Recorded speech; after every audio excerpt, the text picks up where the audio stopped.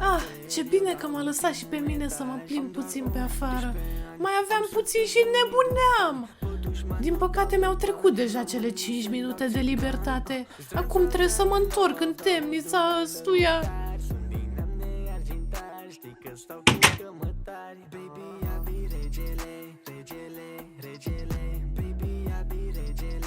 Coaie, ai văzut ce s-a întâmplat? Da, coaie!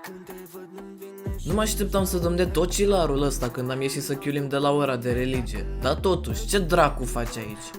Nu știu, eu am auzit că era un bordel aici.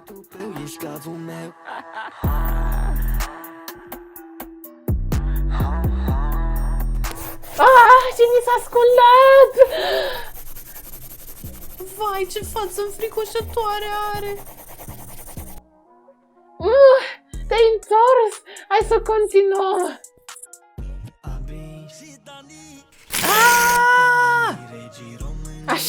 Așa țipă, sclavul meu! Expresia asta mi-a dat idei cât pentru 5 capitole! Chiar ești o comoară de băiat! Mua!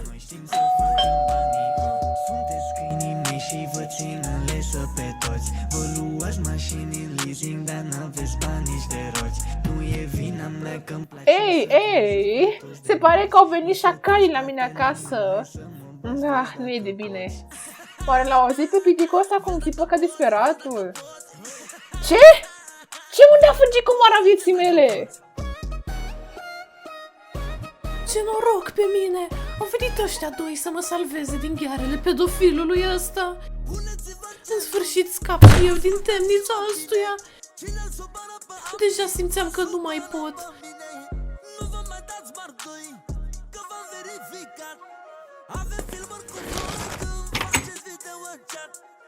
Hei, ocuiasul Josche, amicii mei, prietenii mei, ce vă aduce pe meleagurile astea? Nu am niciun interes în niște oameni de rând ca ăia doi. Așa că trebuie să-i fac cumva să plece.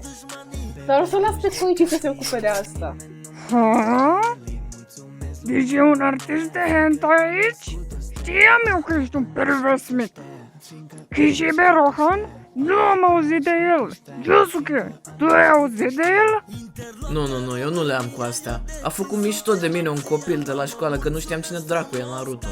Mamă, ce normiz! Ăștia nu știu ce e adevărata cultură! Pua, dacă am putea aici. Dacă ești ok, noi o să ne luăm tălpășița.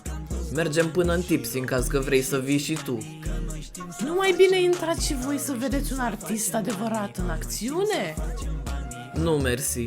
Prefer să mă duc în Tipsy decât să văd un virgin desenând hentai-uri. Și eu la fel.